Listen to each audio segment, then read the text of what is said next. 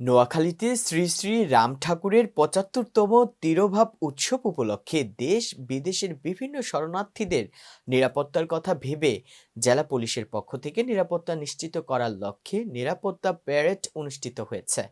মঙ্গলবার বিকেলে নোয়াখালী বেগমগঞ্জ মডেল থানার সামনে নিরাপত্তা প্যারেড সম্পূর্ণ করেন জেলা police super Mohammad Asaduzzaman.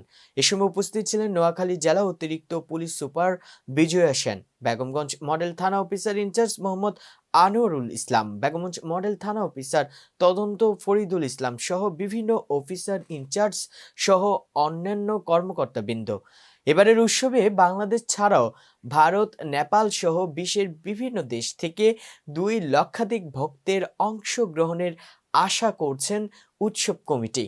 Parade অনুষ্ঠানে জেলা পুলিশ সুপার মোহাম্মদ আসাদুজ্জামান জানান, এই উৎসবে যে কোনো ধরনের বিশৃঙ্খলা এড়াতে নিশ্চিন্তে নিরাপত্তা ব্যবস্থা নেওয়া হয়েছে। সাদা পোশাক সহ ২ শতাধিক পুলিশ মোতায়েন করা হয়েছে। সাম্প্রদায়িকতা সমস্ত খারাপ বিষয়াদি থেকে মুক্ত রেখে একটি সুন্দর অনুষ্ঠান সম্পন্ন করার জন্য প্রয়োজনীয় সকল প্রস্তুতি আমরা সম্পন্ন করেছি।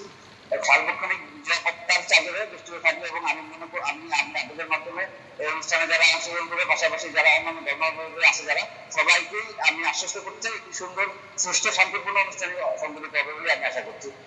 দর্শক, ভিডিওটি ভালো লেগে থাকলে অবশ্যই লাইক, কমেন্ট, শেয়ার করে কাজী টিভি নিউজ 24 এর সাথেই থাকুন এবং সবার আগে খবর পেতে ভিজিট করুন www.kaztvnews24.com।